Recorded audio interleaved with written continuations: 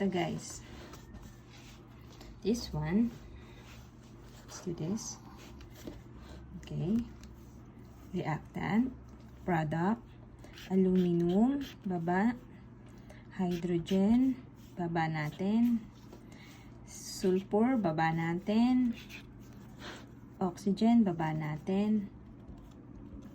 Okay. Same as product. Al. Baba. Hydrogen. Baba. Sulfur. And oxygen. Okay. Kay aluminum tayo. 1. Si hydrogen 2. Si sulfur 1. May 1 yan guys. Lagi nyo tatandaan ha. May subscript yan na 1.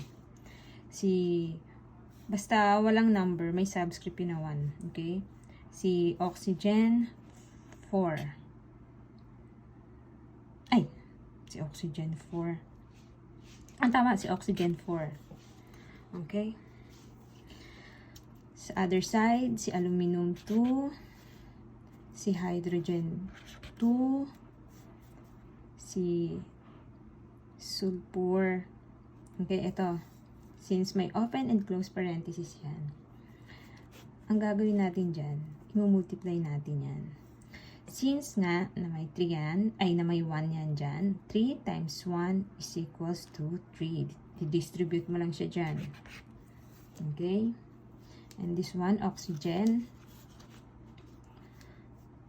3 times 4 is equals to 12.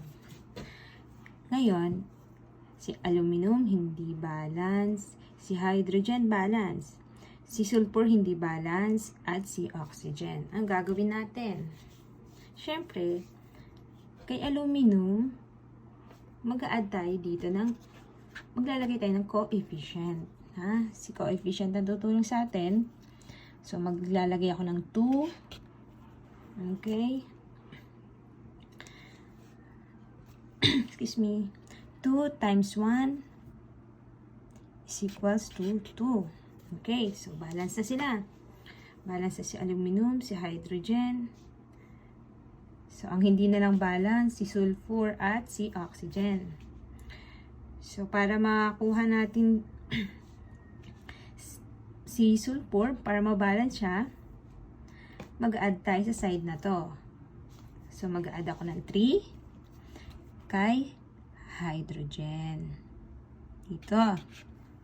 Okay. Basta ito si coefficient, sila yung nilagay ko dyan. Okay. So, 3 times 2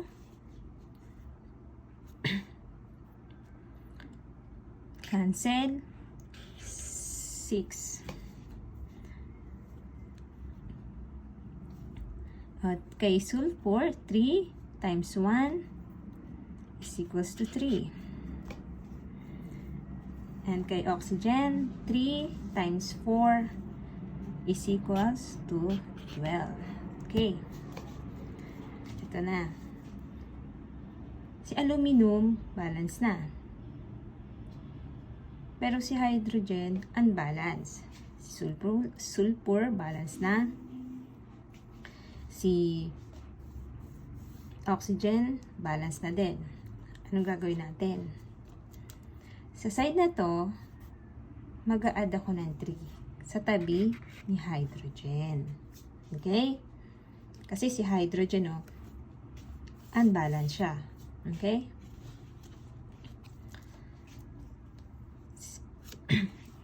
So, ang gagawin ko, hydrogen, si aluminum 2, si hydrogen is what? Siyempre, i-multiply natin dito. 2 times 3 is equals to 6. O, diba guys? Balance na siya. They are balance. Yun lang. Sana naintindihan niya. Thank you.